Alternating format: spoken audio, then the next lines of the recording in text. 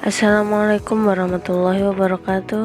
Halo teman-teman, saya Robi Duryatan Thaibah dari kelas akuntansi semester 4 ingin menjelaskan tentang sistem manajemen database.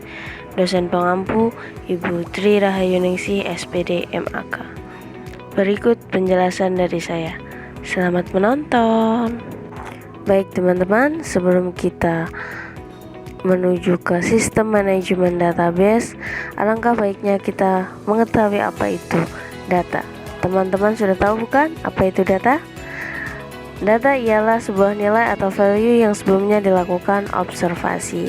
Jadi ketika kita melakukan observasi, maka kita akan menemukan sebuah data.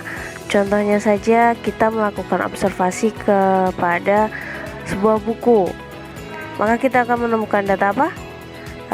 Seperti judul bukunya itu apa, tahun terbitnya itu kapan, siapa penulis buku itu, ataupun sinopsis dari buku itu semua adalah data, contoh dari data.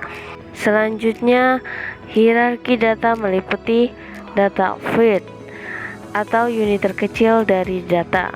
Contohnya saja, data kayak nama itu merupakan data feed ya, tempat tanggal lahir, lalu alamat itu merupakan data feed. Yang kedua ada record atau catatan, yaitu kumpulan data feed yang berhubungan. Jadi data feed itu kalau disatukan menjadi record.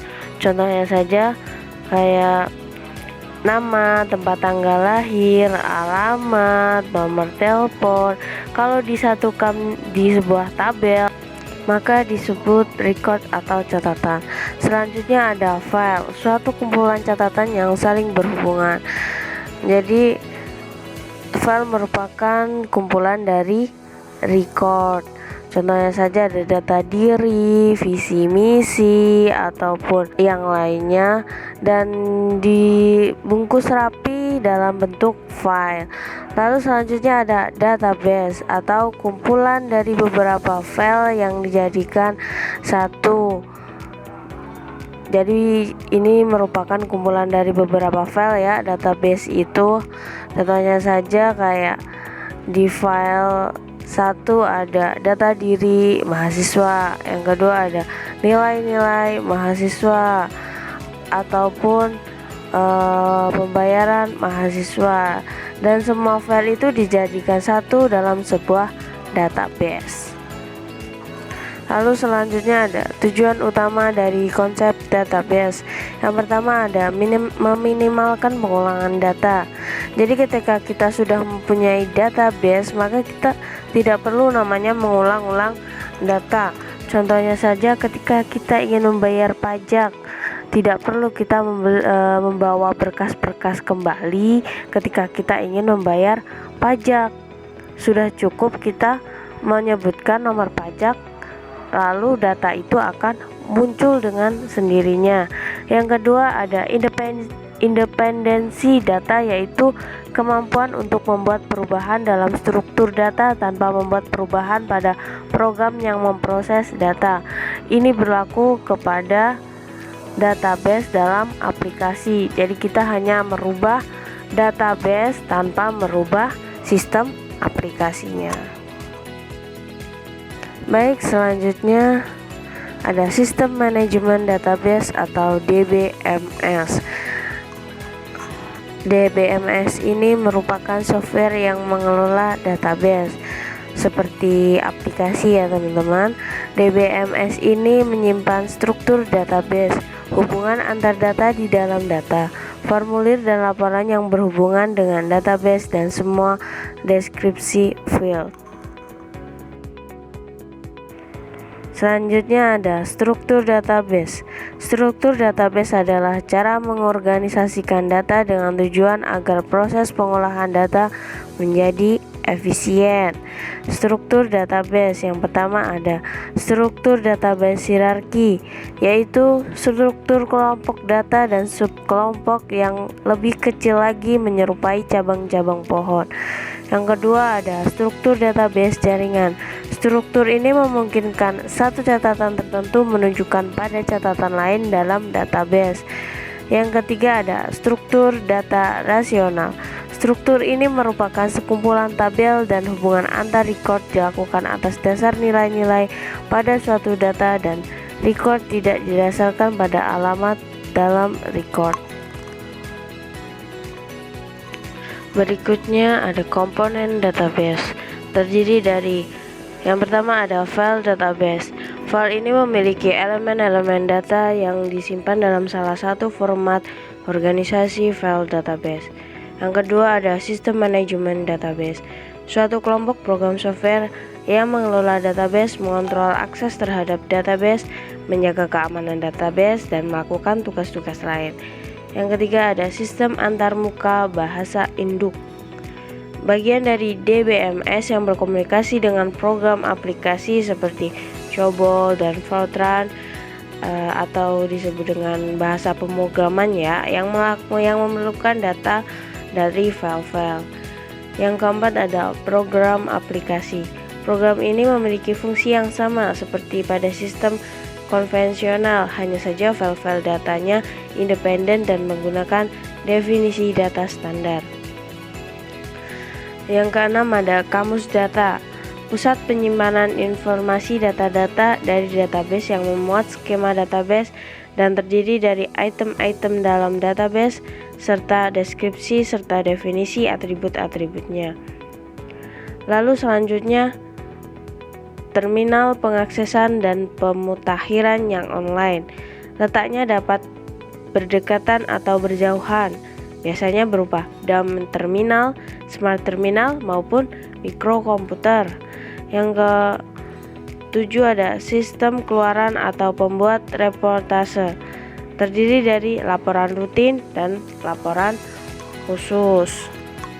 Berikut adalah pembuatan database. Stepnya adalah yang pertama adalah penentuan kebutuhan data. Ketika kita tahu tujuan yang ingin kita buat, maka kita juga tahu kebutuhan data apa saja yang kita perlukan. Yang kedua ada menjelaskan data. Sistem manajemen database menggunakan istilah-istilah spesifik untuk menggambarkan definisi data yang mereka miliki. Setelah elemen-elemen data yang diperlukan ditentukan, maka dijelaskan dalam bentuk kamus data. Setelah kamus data diciptakan, penjelasannya harus dimasukkan dalam DBMS. Yang ketiga ada memasukkan data.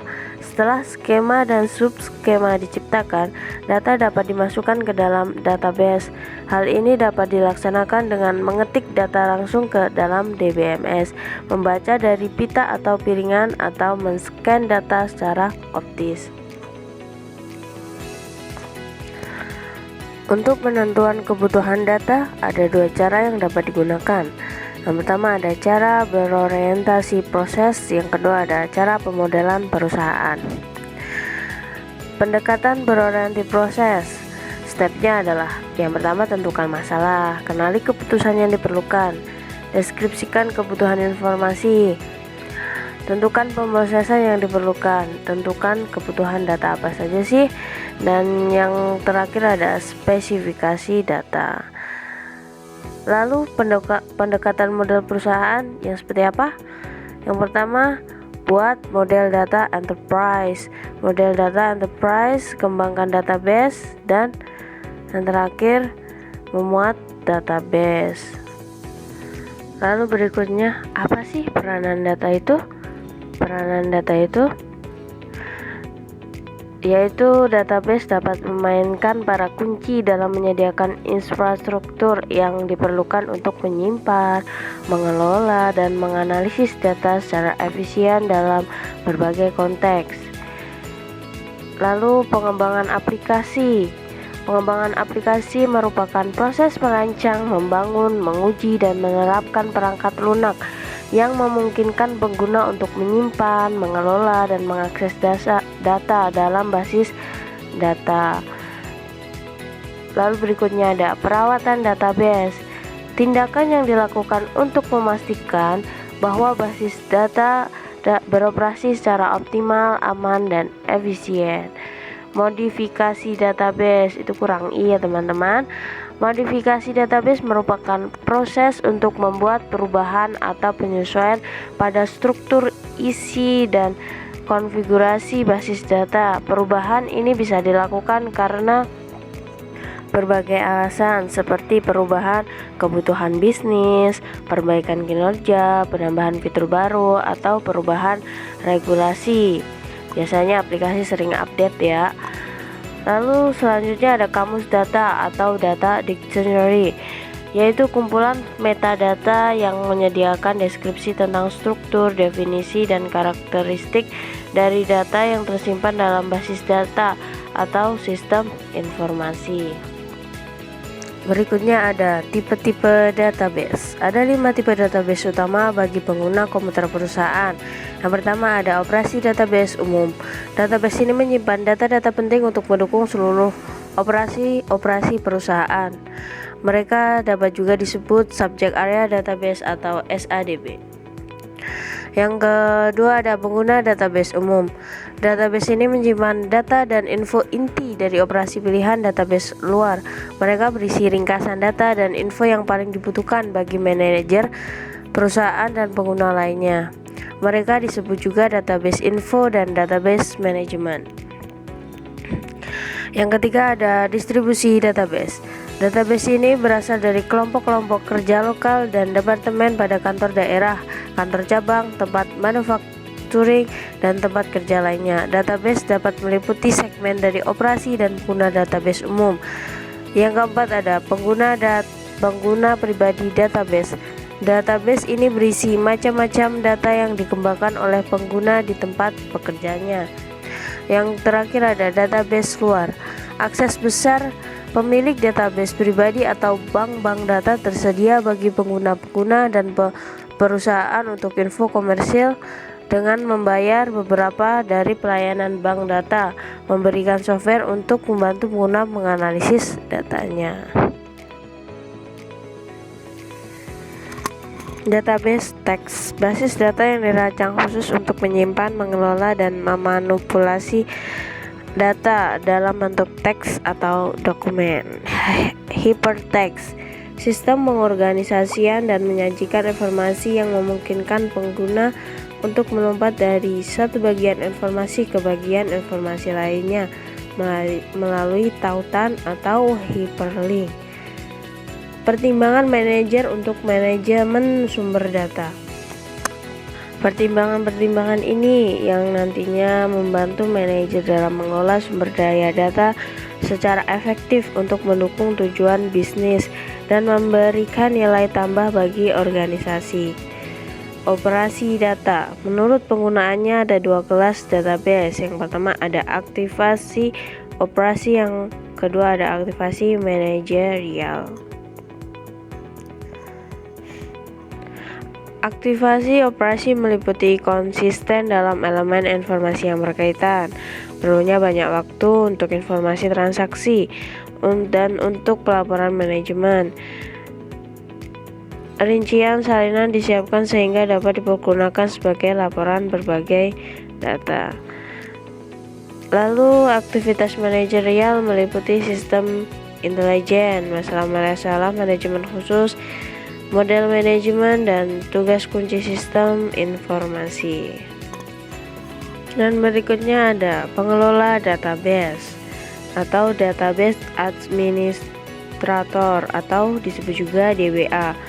Itu merupakan seorang spesialis informasi yang bertanggung jawab atas database. Tugas DBA adalah yang pertama perencanaan database, penerapan database, operasi database, dan menjaga keamanan database. Keuntungan database, apa aja sih keuntungan menggunakan database? Yang pertama ada mengurangi pengulangan data. Seperti yang saya katakan tadi, mencapai independensi data masih sama, mengintegrasikan data dari beberapa file, mengambil data dan informasi secara cepat. Yang terakhir meningkatkan keamanan. Di balik keuntungan database, database juga memiliki kelemahan dan kendala database. Apa aja sih? Yang pertama, memperoleh perangkat lunak dan perangkat keras yang mahal, kurangnya ahli database, dan biaya pemrosesan data sangat tinggi. Sekian penjelasan dari saya. Apabila ada salah kata maupun pengetikan, saya mohon maaf. Terima kasih telah menonton.